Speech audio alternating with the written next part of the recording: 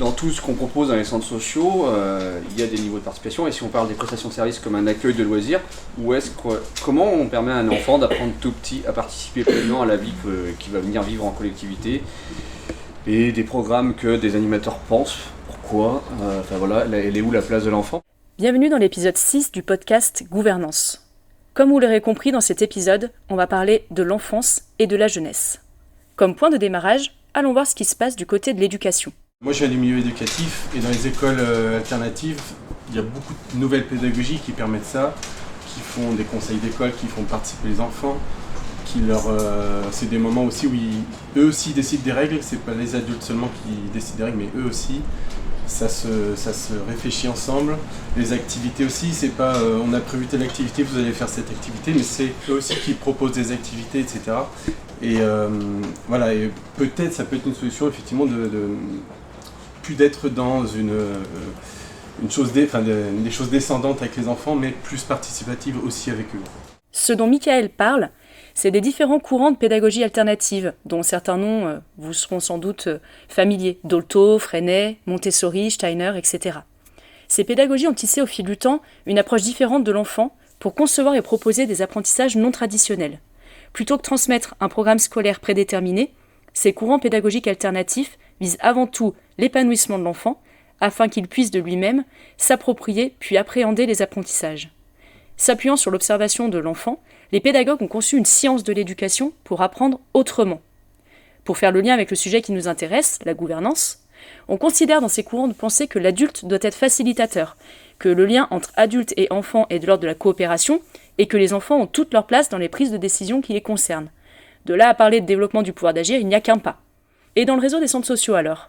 Si on revient du côté de la Loire, au centre social Lalivat, il y a des jeunes qui font partie du groupe moteur.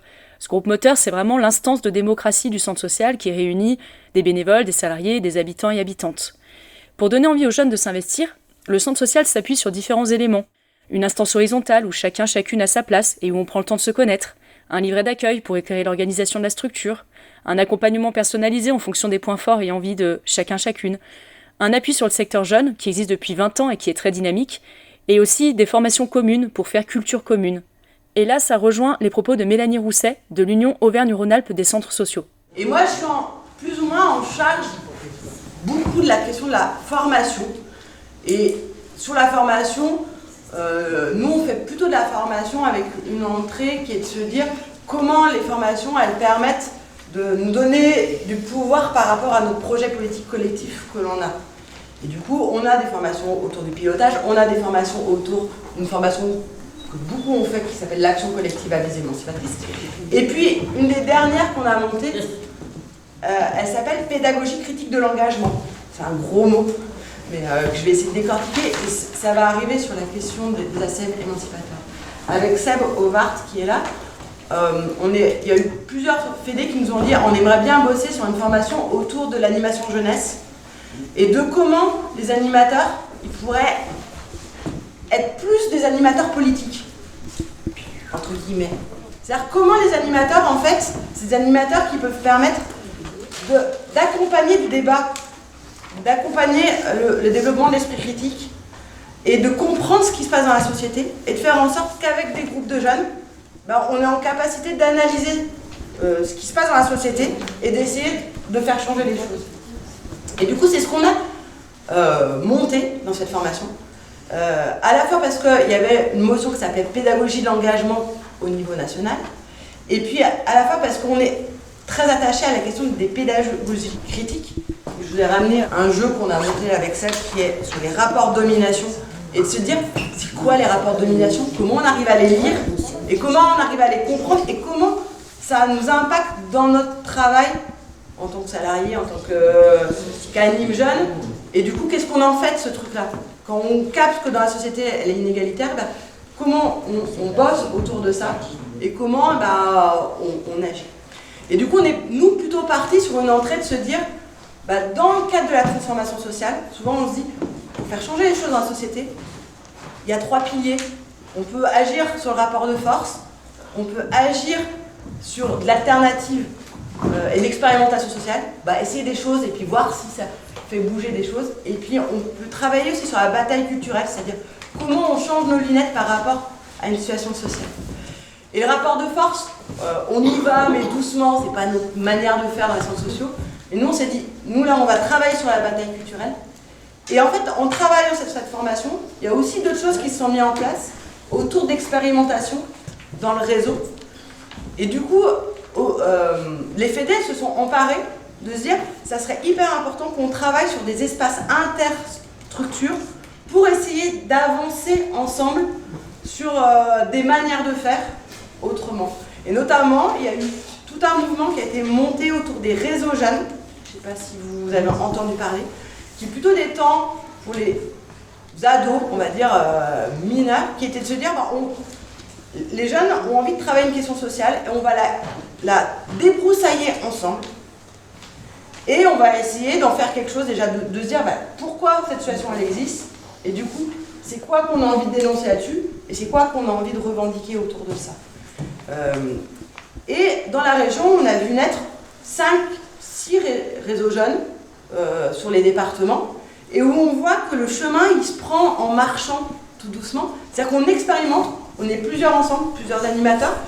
Plus ça va, plus les jeunes sont moteurs de ces réseaux jeunes, c'est-à-dire qu'ils sont co-organisateurs, ils sont co-animateurs de ces réseaux jeunes. Et on essaye ensemble. Et en étant ensemble, on a le droit de se planter. On a le droit d'être pas bon, parce que du coup, on est tous ensemble et on a le droit de se tester. Et du coup, ce cadre d'expérimentation qui se met en œuvre très fortement.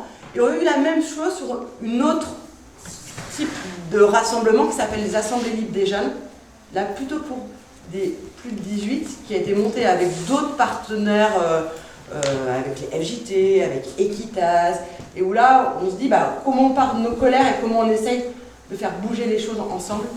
Et pareil, même principe, c'est-à-dire qu'on fait ensemble, on essaye ensemble, on se teste ensemble. Et les derniers arrivés sur le territoire, là, j'en arrive, c'est qu'on a plusieurs structures, et du coup, notamment une FEDE qui va essayer de le travailler ensemble, qui se disent, en fait, tout ce parcours d'engagement, il faut le penser très tôt, et se dire comment on travaille sur des manières de décider ensemble, sur des manières de s'organiser. Et ils vont travailler sur des accueils collectifs de mineurs, qu'ils appellent les ACM émancipateurs. Alors ça a été un peu labellisé par la Fédération de la Vienne, et puis ça est arrivé jusqu'à nous. Il y avait eu des expériences juste avant qui ont été testées dans le réseau. Et là, l'idée, c'est de se dire comment, en fait, avec des jeunes et des animateurs, on leur propose un process où les jeunes, ils sont au cœur des décisions de leur temps de loisir sur la semaine. Ce qui veut dire qu'il faut travailler avec comment on accompagne des animateurs à prendre cette posture-là et ce changement-là. Et donc du coup, là, ça demande à la fois de travailler un bout de formation en amont, et puis ça demande aussi de pouvoir se tester collectivement et essayer de se planter ensemble. Et donc du coup, par exemple, là je prends juste l'exemple de la Drôme qui est en train de mener ça, c'est de se dire, l'ACM, la première ACM émancipateur, on va le faire ensemble, à plusieurs structures, à plusieurs animateurs, avec différents jeunes. Et du coup, on va se tester, puis on va voir ce qui marche pas, comment on agit dessus, comment on travaille avec les enfants sur des délibérations, qu'est-ce qu'on a besoin de faire pour monter des marches, et petit à petit, d'avancer ensemble. ACM émancipateur, rien que le terme fait rêver. Affaire à suivre donc.